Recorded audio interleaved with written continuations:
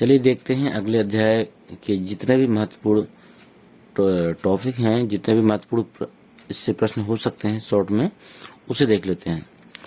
छठवां अध्याय देखिए, किरचॉफ के नियम तथा वैद्युत परिपथ। इसमें जो सबसे पहला सूत्र है आपका वो है सेल का विद्युत वाहक बल।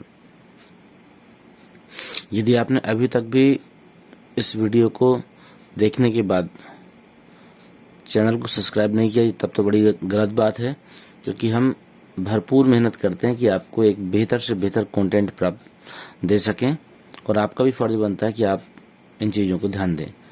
चलिए देखते हैं सेल के विद्युत वाहक बल, इसको हम लोग ई से व्यक्त करते हैं। ये होता है आपका W/Q। मात्रक जरूर लिखते जाएगा, इसका मात्रक है आपका जूल प्रति कूलम। अगला आपका परिपथ में प्रवाहित धारा। परिपथ में प्रवाहित धारा को हम लोग लिखते हैं I से। I = E/R minus small r, जहाँ पर कैपिटल R क्या है? कैपिटल R है परिपथ का प्रतिरोध, और जो R है आपका ये इस आंतरिक प्रतिरोध है। अगला है आपका सेल की प्लेटों के बीच विभवांतर। इसके लिए कुछ कंडीशन है। जब सेल को बाह्य धारा से आवेशित किया जा रहा हो तब सेल की प्लेटों के बीच विभवांतर तब निकालेंगे, मतलब इस कंडीशन से जब बाह्य धारा से आवेशित हो रहा हो तो यहाँ पर हो जाएगा V = E+IR। अगला है सेल का आंतरिक प्रतिरोध, आपको स्मॉल r से व्यक्त करते हैं। इसको हो जाएगा कैपिटल R, कोष्टक में हो जाएगा E/V, जहाँ पर E विद्युत वाहक बल है, V आपका विभवांतर है, और -1 करके इसका आपका हो जाएगा ओम।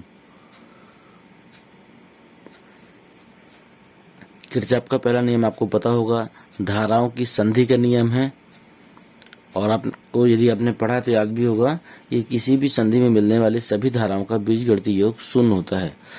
इस प्रकार लिखा है यहाँ पर आपका ΔI = 0। किरचॉफ का दूसरा नियम आपका वोल्टता का नियम है, ये भी आपने पढ़ा होगा।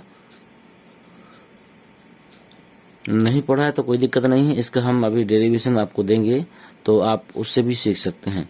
तो इसको हम लोग किरचॉफ का द्वितीय नियम को ΔIR = ΔE ये कर सकते हैं।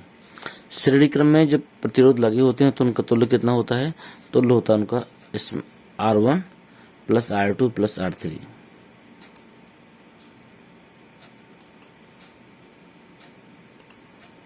ये आपका सूत्र हो गया। समांतर क्रम का देख लीजिए, 1/R = 1/R1 + 1/R2 + 1/R3, ये आपका समांतर क्रम का है।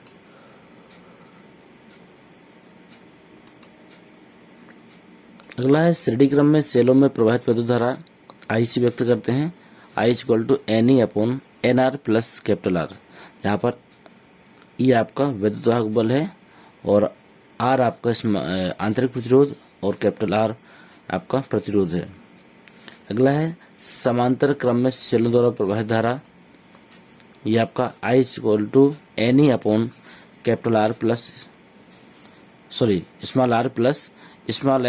Small n into capital R। जितना डेरिवेशन की है तो सब याद होंगे, ये तो हम शॉर्ट नोट्स आपको दे रहे हैं जो कि महत्वपूर्ण है, इसी बहाने आप याद भी कर लेंगे। और यदि कोई भी प्रश्न बहुविकल्पी या अतिलघुत्तरी से बनता है तो मैक्सिमम प्रश्न आपके इसी टॉपिक के होंगे, इसलिए ध्यान दीजिएगा, ये टॉपिक आपके लिए बहुत ही महत्वपूर्ण होने वाला है। अगला है आपका मिश्रित क्रम में सेलों में प्रवाहित धारा। मिश्रित क्रम में सेलों में प्रवाहित धारा हो जाएगी आपकी I = MNE/NR + MR। व्हीटस्टोन सेतु की जो संतुलन की अवस्था है वो P/Q = R/S। इसका मतलब है व्हीटस्टोन सेतु आपने पढ़ा होगा, किसी भी परिपथ में यदि 4 प्रतिरोध इस प्रकार लगाए जाएं कि उनका जो विकर्ण है उसमें किसी धारामापी को लगाएं और वह संतुलन की अवस्था में हो, तो दिए गए चारों प्रतिरोध भी कैसे होते हैं? संतुलन की अवस्था में होते हैं, या बराबर कह सकते हैं। तो P/Q = R/S। अब इसे आप P/R = Q/S भी लिख सकते हो।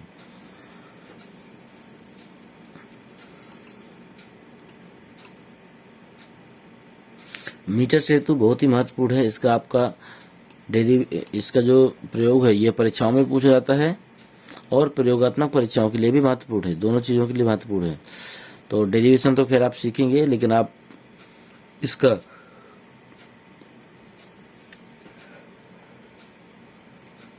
मीटर सेतु के लिए सूत्र आप अभी देख सकते हैं।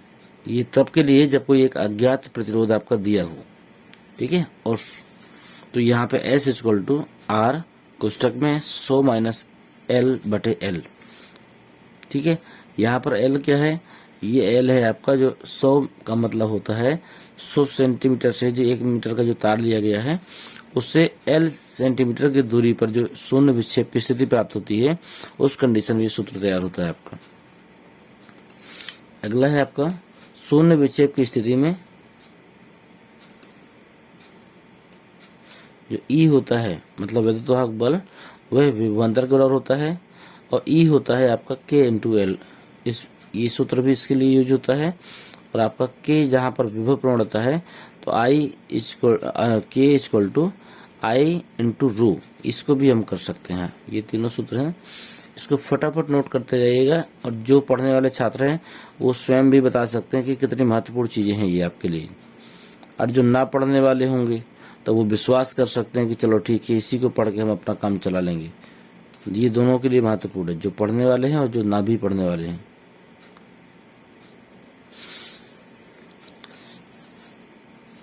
अगला है आपका विभव मापी द्वारा सेल का आंतरिक प्रतिरोध ज्ञात करना है। तो स्मॉल r बराबर हो जाएगा कैपिटल R कोष्टक में L1 बटे L2 माइनस 1।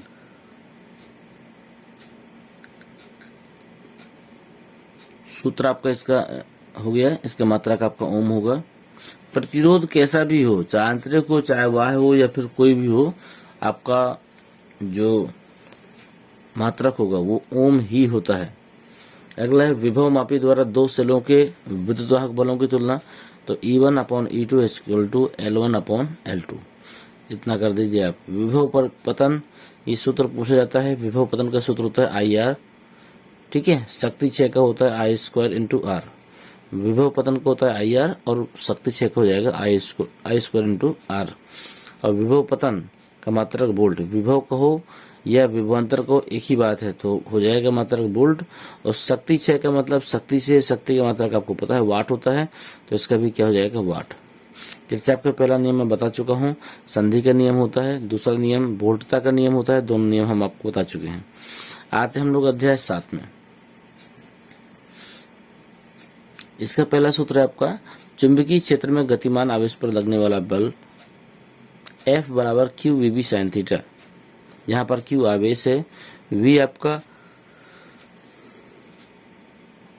इलेक्ट्रॉन का वेग है, B चुंबकीय क्षेत्र है, साइन थीटा का मतलब कितने अंश पर वो आपका कण प्रवेश हुआ है चुंबकीय क्षेत्र में, ये काउंट होता है वहां पर। मात्रक आपका न्यूटन हो जाएगा। चुंबकीय क्षेत्र के लंबवत गतिमान आवेशित कण की त्रिज्या, मतलब जब कोई भी कण प्रवेश करता है चुंबकीय क्षेत्र में तो एक तरीके से वह उस चुंबकीय क्षेत्र के बल के कारण वहीं पर एक वृत्ताकार पथ तैयार कर देता है। तो उसी जो वृत्ताकार पथ होगा उसकी त्रिज्या कितनी होगी वो इस सूत्र से निकाल सकते हैं। R इक्वल टू mv बटे QB, ये मोस्ट इंपोर्टेंट है आपका। अगला विशिष्ट आवेश। विशिष्ट आवेश का सूत्र होता है आपका E upon m equal to small v upon capital B into small r। जहाँ पर v आपका वेग है, B चुंबकीय क्षेत्र है, R आपका आंतरिक प्रतिरोध है और E आपको पता ही है m द्रव्यमान होगा कण का। अगला है चुंबकीय क्षेत्र में गतिमान आवेशित कण का आवर्तकाल। आवर्तकाल हो जाएगा capital T equal to 2 pi m बटे QB।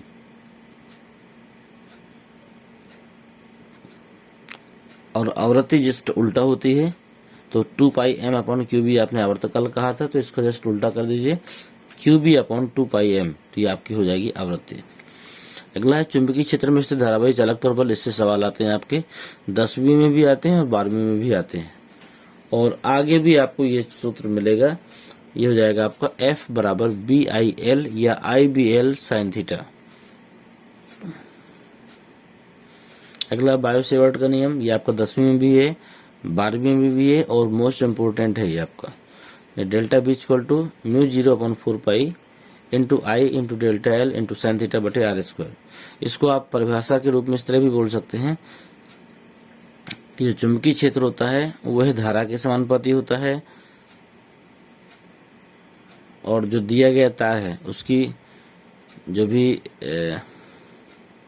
लंबाई में परिवर्तन कहें या फिर डेल्टा एल सीधे सीधे कह दीजिए, जो आपका चुंबकीय क्षेत्र होता है वो डेल्टा एल के समानुपाती होता है, साइन थीटा के समानुपाती होता है, तथा जो उसकी त्रिज्या है, दूरी है जो भी उसके वर्ग के व्युत्क्रमानुपाती होता है। नया याद रहे तो कोई दिक्कत नहीं है, सीधे सीधे आप सूत्र देखिए, क्योंकि सूत्र ये तो डेरिवेट करने के लिए आता है, तो आपको हम करवाएंगे, इसकी कोई दिक्कत नहीं है। और अभी आपको सिर्फ याद करना है। इसका मात्रक जो होगा न्यूटन प्रति एम्पियर मीटर होगा। अगला है चुंबकशीलता एवं विद्युतशीलता में संबंध। ये आपका मोस्ट इंपोर्टेंट प्रश्न है, 1 नंबर में भी पूछा जाता है, इससे जुड़े हुए प्रश्न भी लगाए जाते हैं और बहुविकल्पी में भी आता है ये। तो ये सूत्र हो जाएगा mu 0 into epsilon 0 equal to 1/c²। अगला है इसमें लंबे रिजु धारावाही तार के कारण उत्पन्न चुंबकीय क्षेत्र। तो B इक्वल टू हो जाएगा mu 0/2 pi into I upon R. Mu 0/2 pi into I upon R, ये आपका लंबे रिजुरेखी धारावाही तार के कारण उत्पन्न चुंबकीय क्षेत्र के लिए सूत्र है। इसका भी मात्रक न्यूटन प्रति एम्पियर मीटर। जितने भी B की मात्रक होंगे लगभग आपके यही मिलने वाले हैं। अगला है 2 समांतर धारावाही चालकों के बीच बल। जो ये बल होगा F equal to mu 0/2 pi into I1 I2 into capital L बटे स्मॉल r। ये आपका सूत्र है, जहाँ पर I1 I2 क्या है, अलग अलग तारों में प्रवाहित होने वाली धाराएं हैं, R उनके बीच की दूरी है। इसका मात्रक भी आपका न्यूटन हो जाएगा। प्रति मीटर लंबाई पर लगने वाला बल, प्रति मीटर कह दिया तो जो L था उस तरफ, उस L को आप नीचे ले आइए, बस सूत्र आपका यही रहेगा, मात्रक बदल जाएगा, न्यूटन प्रति मीटर हो जाएगा। वृत्ताकार धारावाही कुंडली के केंद्र पर चुंबकीय क्षेत्र, ये आपका B equal to mu 0 NI बटे 2R, जहाँ पर N क्या है, फिरों की संख्या है, I धारा है, R त्रिज्या है, म्यू 0 तो आपका पता ही है, तो उसका मान भी हम बता चुके हैं आपको। इसका मात्रक होगा न्यूटन प्रति एम्पियर मीटर। देखिए कितना भी कुछ भी सूत्र हो, चिंता की कोई बात नहीं है। यदि चुंबकीय क्षेत्र कहा गया है तो सूत्र एक ही होगा, विद्युत क्षेत्र कहा जाएगा तो सूत्र एक ही होगा, बल कहा जाएगा तो बल का सूत्र एक ही होगा। सूत्र कह रहे हैं, मात्रा की बात कर रहा हूँ, मात्रक एक ही होगा। सूत्र अलग अलग हो सकते हैं किसी भी कंडीशन पे, लेकिन जो मात्रक होगा मात्रक एक ही होता है। देखिए नीचे वाले सूत्र में भी देख लीजिए, लंबी धारावाही पर्दालका के भीतर चुंबकीय क्षेत्र, यहाँ पर सूत्र बदल जाता है, म्यू 0 इंटू NI होता है, लेकिन आपका मात्रक वही है। इसी प्रकार लंबी धारावाही पर्दालका के सिरे पर चुंबकीय क्षेत्र, यहाँ पर म्यू 0 NI बटे 2, सूत्र बदल गया लेकिन आपका मात्रक वही रहेगा। तीनों आपके हो जाते हैं इस तरह। आगे देखते हैं, गतिमान आवेश के कारण चुंबकीय क्षेत्र। गतिमान आवेश के कारण चुंबकीय क्षेत्र होता है म्यू 0/4 पाई इंटू QV बटे R²। Mu 0/4 pi into QV बटे R²। यह आपका न्यूटन प्रति एम्पियर मीटर होता है, न्यूटन प्रति एम्पियर मीटर।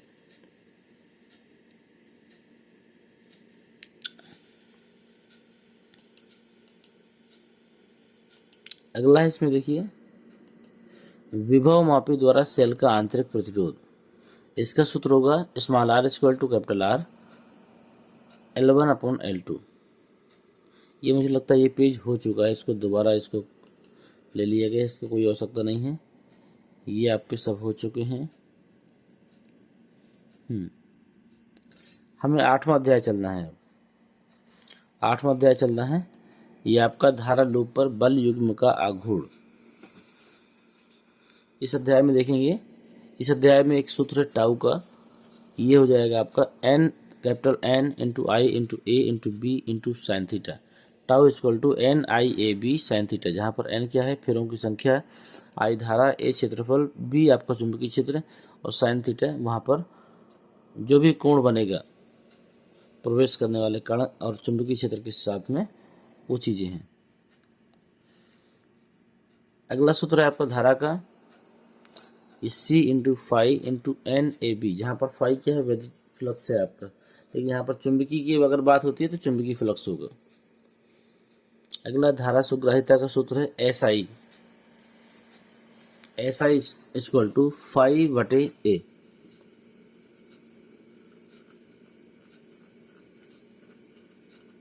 या फिर आप कह सकते हैं फाई अपॉन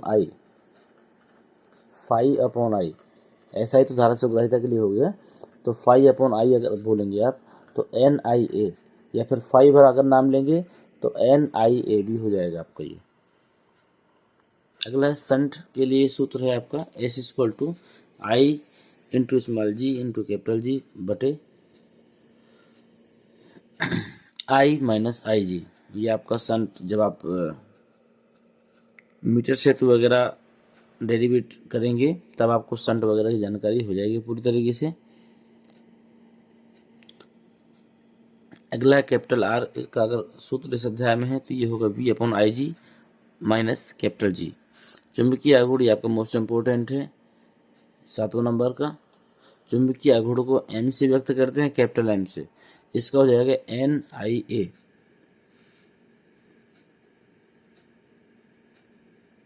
इसके बाद में आपका जो महत्वपूर्ण सूत्र है इसमें ये अगला है यू क्या है आपका, ये आपका स्थितिज ऊर्जा का सूत्र है minus M B cos theta. अगला है आपका चुंबकीय क्षेत्र के अक्ष पर यदि चुंबकीय क्षेत्र पूछा जाए, चुंबक के अक्ष पर यदि चुंबकीय क्षेत्र पूछा जाए तो म्यू 0/4 पाई इंटू, यहाँ पे बराबर ना होना चाहिए, यहाँ पर इंटू होना चाहिए, यहाँ पर गुणे होना चाहिए, 2m बटे आर क्यूब, ये हो जाएगा अक्ष पर, और ये होगा निरक्ष या निरक्षीय स्थिति पर mu 0/4 pi into M upon R cube, ये निरक्ष पर हो जाएगा। अगला है इसी में कक्षीय इलेक्ट्रॉन के कारण चुंबकीय क्षेत्र जो होगा m equal to E V R बटे 2, ये आपको हो जाएगा।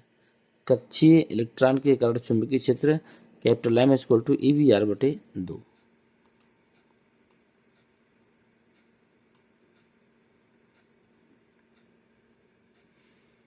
ये अध्याय यदि आपने पढ़ा है तो आपको पता होगा क्षैतिज घटक को एच से लिखते हैं, ऊर्ध्वाधर घटक को हम लोग वी से लिखते हैं। तो एच का सूत्र हो जाएगा आपका आई कॉस थीटा और वी का सूत्र हो जाएगा आपका आई साइन थीटा।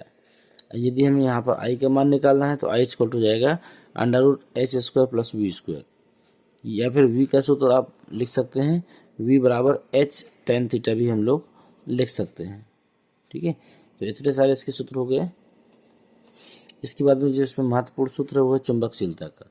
चुंबकशीलता को हम लोग म्यू से लिखते हैं, तो mu equal to capital B upon H. Capital B आपका चुंबकीय क्षेत्र है और जो एच है आपका ये दिया गया है क्षैतिज घटक है दिया गया है। आपेक्षिक चुंबकशीलता का सूत्र है mu R equal to mu upon mu zero, या फिर इसका एक सूत्र और भी है mu R equal to B upon B zero. ठीक है, ये दो सूत्र अधिकतर पूछे जाते हैं आपसे।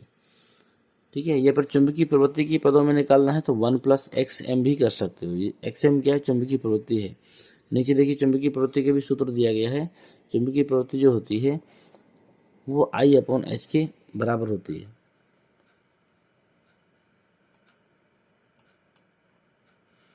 अगला है अध्याय आपका विद्युत चुंबकीय प्रेरण। विद्युत चुंबकीय प्रेरण में चुंबकीय फ्लक्स की बात की गई है। चुंबकीय फ्लक्स को हम लोग फाई से लिखते हैं, तो phi equal to B A cos theta, इसका मात्रक वेबर होता है। चुंबकीय फ्लक्स को हम लोग फाई से लिखते हैं, फाई का सूत्र होता है बी ए कॉस थीटा, इसको हम लोग वेबर कहते हैं, इसका जो मात्रक होता है। इसी में अगला प्रेरित विद्युत वाहक बल को हम लोग ई से व्यक्त करते हैं। आपका मोस्ट इंपोर्टेंट सूत्र है आपका इस अध्याय का, E equal to minus N into delta phi upon delta T, जहाँ पर एन क्या है, फेरों की संख्या है। दूसरा सूत्र इसी का बन रहा है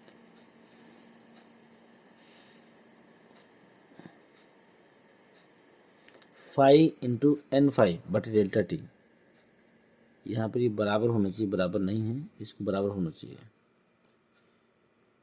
ठीक है, अगला है आपका प्रेरित धारा का सूत्र है स्मॉल ई बटे कैपिटल आर। यहाँ पर ध्यान दीजिए कि बराबर होना चाहिए small I equal to small E बटे आर।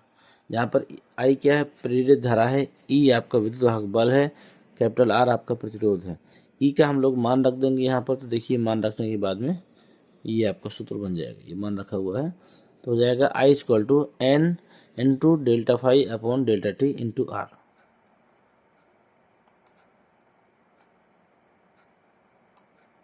अगला है प्रेरित आवेश। प्रेरित आवेश को हम लोग क्यू से लिखते हैं, क्यू इक्वल टू हो जाएगा कैपिटल एन बटे capital R into delta five.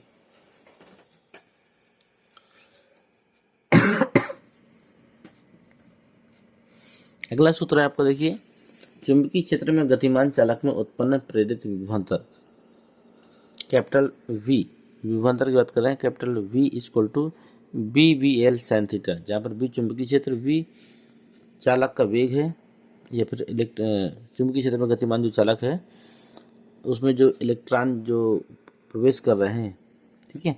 तो वी आपका वेग समझिए आप, यहाँ पर एल लंबाई है, साइन थीटा आपका कोण है। अन्योन्य पीरियड गुणांक, स्वापीरियड गुणांक, इन दो में से कोई ना कोई सूत्र अवश्य पूछा जाता है आपका पेपरों में। तो अन्योन्य पीरियड गुणांक को एम से लिखते हैं, M equal to N two phi two बटे आई वन। इसको हम लोग एक दूसरे सूत्र से भी लिख सकते हैं, तो M equal to minus E two upon delta R one upon delta R two, sorry delta T, delta R one upon delta T.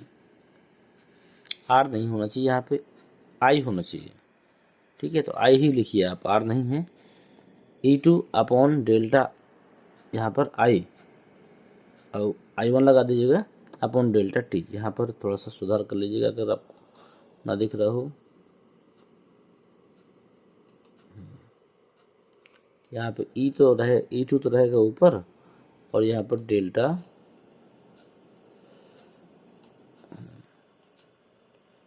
I one upon delta T, इस तरह कर लीजिएगा।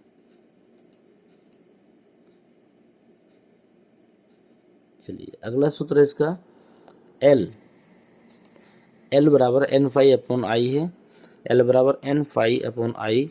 ये सूत्र बन जाएगा आपका ई अपॉन डेल्टा आई इंटू अपॉन डेल्टा टी, या फिर ई बटे डेल्टा आई बटे डेल्टा टी, ये इसका मात्रक भी हेनरी होता है। अगला सूत्र है आपका प्रेरित विद्युत वाहक बल। हम इतनी मेहनत से आपको सारे सूत्र प्रोवाइड कर रहे हैं, यदि आपने इनको नोट ना किया तो बहुत अधिक पछताने वाले हैं, क्योंकि इतना कलेक्शन हो सकता है आपको अपने कॉपी में भी ढूंढने को ना मिले। कई बार चीज़ें छोड़ दी जाती हैं कि आगे चल के बताएंगे, वो चीज़ें पूरी नहीं हो पाती हैं, तो नोट करते जाइएगा यदि आप बेहतर रिजल्ट चाहते हैं तो। प्रेरित विद्युत वाहक बल का सूत्र है E equal to capital M into delta I upon delta T, मात्रा किसका, वोल्ट होगा। श्रेणी क्रम में यदि हम प्रेरकों को जोड़ें तो उनका तुल्य जो प्रेरकत्व होगा L equal to L one plus L two, और जितने भी हों उन सभी को हम लोग लगातार जोड़ सकते हैं एक ही सीरीज में। समांतर क्रम में क्या होगा, one upon L equal to one upon L one plus one upon L two. कुंडली में संचित ऊर्जा का जो सूत्र होगा यू बराबर एक बटे दो एल आई जीरो स्क्वायर। हम लोग प्रत्यावर्ती धारा में आ चुके हैं। अगला अध्याय प्रत्यावर्ती धारा का है। इसमें सूत्र है आपका पहला, अधिकतम प्रेरित विद्युत वाहक बल E equal to E zero into sine omega T. यहाँ पर ई जीरो क्या है,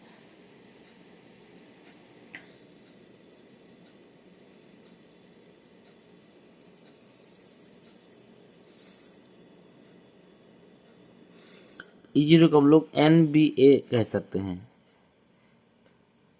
एन बी ए ओमेगा।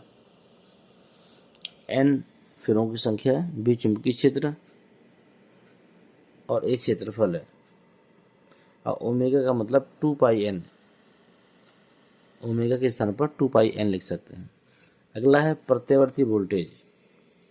प्रत्यावर्ती वोल्टेज को V equal to V zero sine omega T.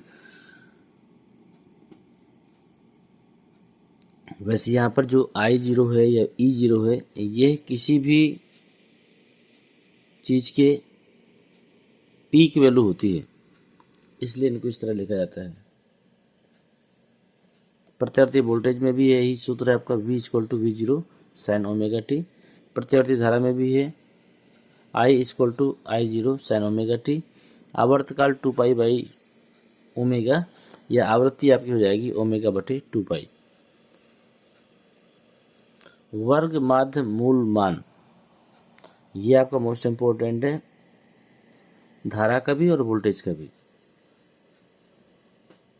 तो धारा का वर्ग माध्य मूल मान होता है आपका IRMS equal to I zero upon root two. प्रत्यावर्ती वोल्टेज का वर्ग माध्य मूल मान होता है VRMS equal to V zero upon root two. और भी बहुत सारी चीज़ें हैं इसमें, ये आपके बहुत खास सूत्र हैं, हम आपको बताने जा रहे हैं, ये परीक्षाओं में पूछे जाते हैं, इनसे जुड़े हुए सूत्र सवाल भी आते हैं, सूत्र भी पूछे जाते हैं।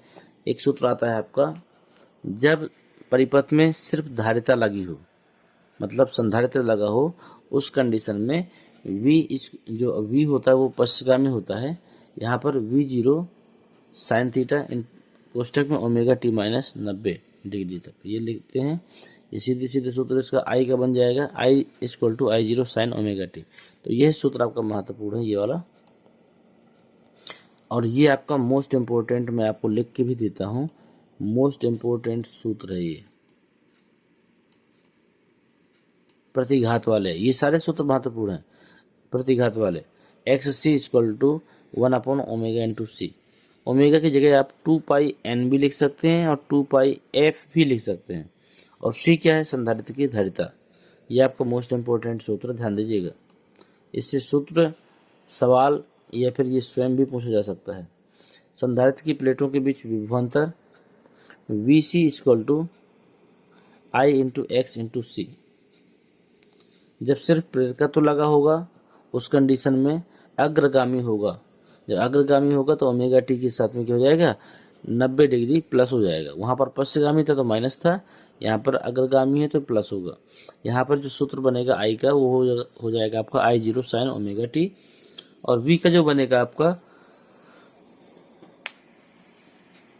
पश्चगामी के लिए, बनेगा V equal to V zero sine omega T. ये विभवांतर का होगा सूत्र। और धारा का हो जाएगा पश्चगामी के लिए आई बराबर I zero sine omega T minus 90 degree.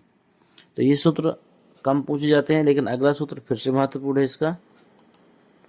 परिपथ का प्रेरण प्रतिघात, ये हो जाए, इसे कहते हैं हम लोग एक्सेल कहते हैं।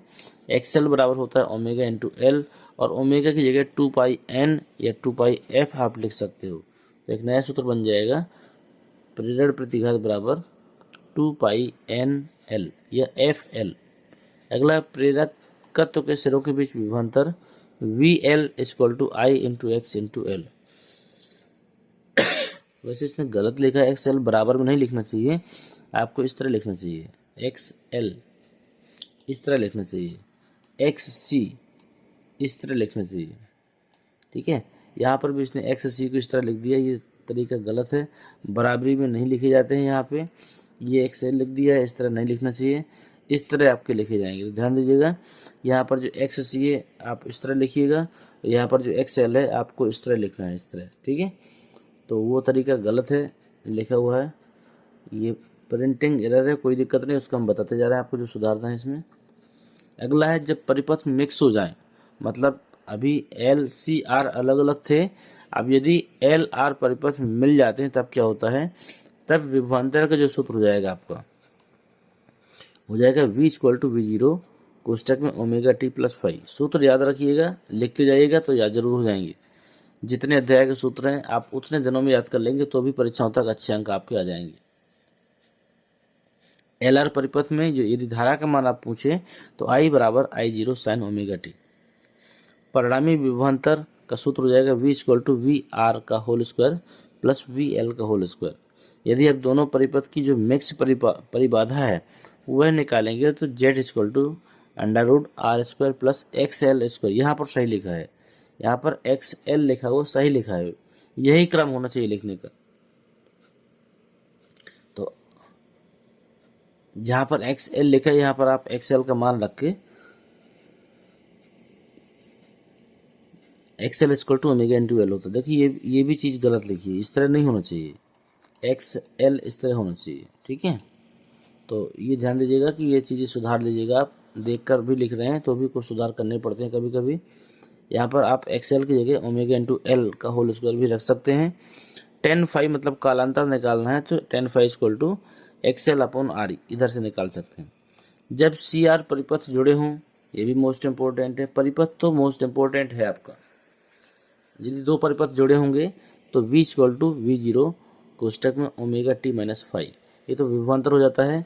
और यदि हम धारा की बात करें तो धारा हो जाएगी आपकी I बराबर I zero sine omega T, ठीक है। परिणामी विभवांतर पूछा जाता है इसमें, ये आपका मोस्ट इम्पोर्टेंट है परिणामी विभवांतर। तो v equal to under root V R का whole square plus V C का होल स्क्वायर, और वी आर का एक सूत्र और भी है, V R equal to I into capital R V C. ये फिर गलत लिख दिया यहाँ पर हो जाएगा वी सी, इस तरह लिखा जाएगा वी सी, मतलब संधारित्र पे जो विभवांतर होगा हो जाएगा आई इंटू एक्स सी, इस तरह होना चाहिए। चलिए कोई बात नहीं है, अगला देखते हैं।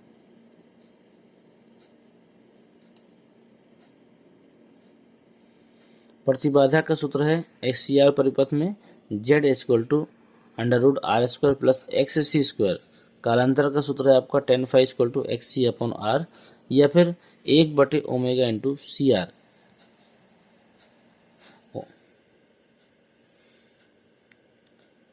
अगला है एल सी आर, ये आपका एल सी आर परिपथ मोस्ट इम्पोर्टेंट परिपथ है, कुछ ना कुछ जरूर पूछा जाता है इससे आपके परीक्षाओं में, चाहे सूत्र पूछी जाए, चाहे प्रतिबाधा पूछी जाए, चाहे प्रतिघात पूछी जाए, या परिणामी विभवांतर पूछा जाए, या कोई भी सूत्र बने, इससे कुछ ना कुछ पूछा जाता है। तो एल सी आर परिपथ का जो परिणामी विभवांतर होगा v equal to under root V R square plus V L minus V C का होल स्क्वायर।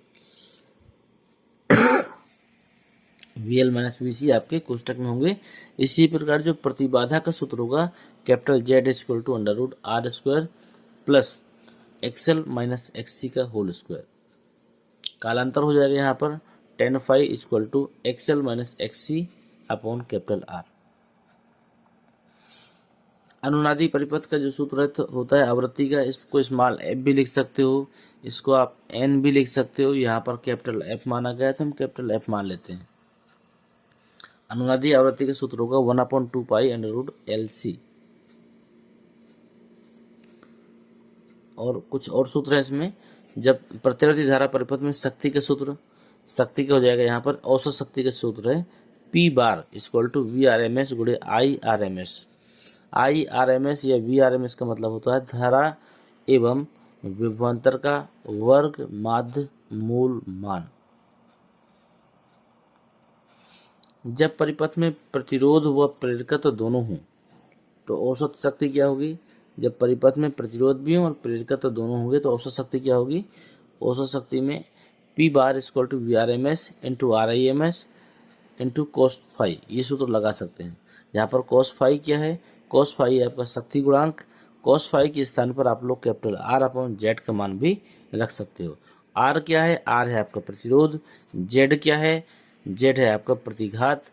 प्रतिघात की जगह पे आप लगा देंगे under root R square plus omega square into L square. L C R परिपथ में जो शक्ति गुणांक होगा, शक्ति गुणांक का सूत्र हो जाएगा cos phi equal to R upon Z. वैसे हो गया है, लेकिन एल सी आर के लिए है तो यहाँ पर जेड का मान रखेंगे R square plus XL minus XC का होल स्क्वायर। ये आपका 9 नंबर हो गया। 10 नंबर देख लेते हैं।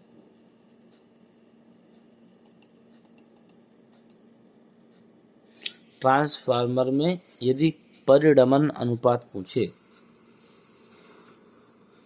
Small R equal to I P upon I S भी होता है, V S upon V P भी होता है, N S upon N P भी होता है। हालांकि पूछा नहीं गया है, सूत्र में यदि आता है तो आप याद रखिएगा N S upon N P होगा या वी एस अपॉन वीपी होगा या फिर आईपी अपॉन आईएस होगा, विकल्प में पूछ सकता है। श्रेणी एवं समांतर अनुनादी परिपथ की शर्त क्या होती है? श्रेणी एवं समांतर अनुनादी परिपथ की शर्त होती है X C equal to X L. बराबरी में नहीं लिखे जाते हैं, मैं आपको बता चुका हूँ। X C equal to X L आप मान सकते हो, ये अनुनादी परिपथ की शर्त है। अगला है आपका ट्रांसफार्मर की दक्षता। दक्षता को हम लोग स्मॉल एन से लिखते हैं। ट्रांसफार्मर की दक्षता इक्वल टू निर्गत शक्ति अपॉन निवेशी शक्ति। चलिए, ये इस अध्याय से हम लोग अगले वीडियो में कवर करेंगे, ध्यान से देखिएगा। और यदि आपने अभी तक चैनल को सब्सक्राइब नहीं किया तो सब्सक्राइब कर लें। यदि पसंद आई हो चीज़ें तो लाइक करें, ना पसंद आई हो तो अनलाइक करें। यदि काम की चीज़ें हों तो आप अपने सभी दोस्तों को ज़रूर शेयर करें, अपने सभी सोशल मीडिया ग्रुप में भी शेयर करें, ताकि अधिक से अधिक लोग इसका बेनिफिट ले सकें। धन्यवाद।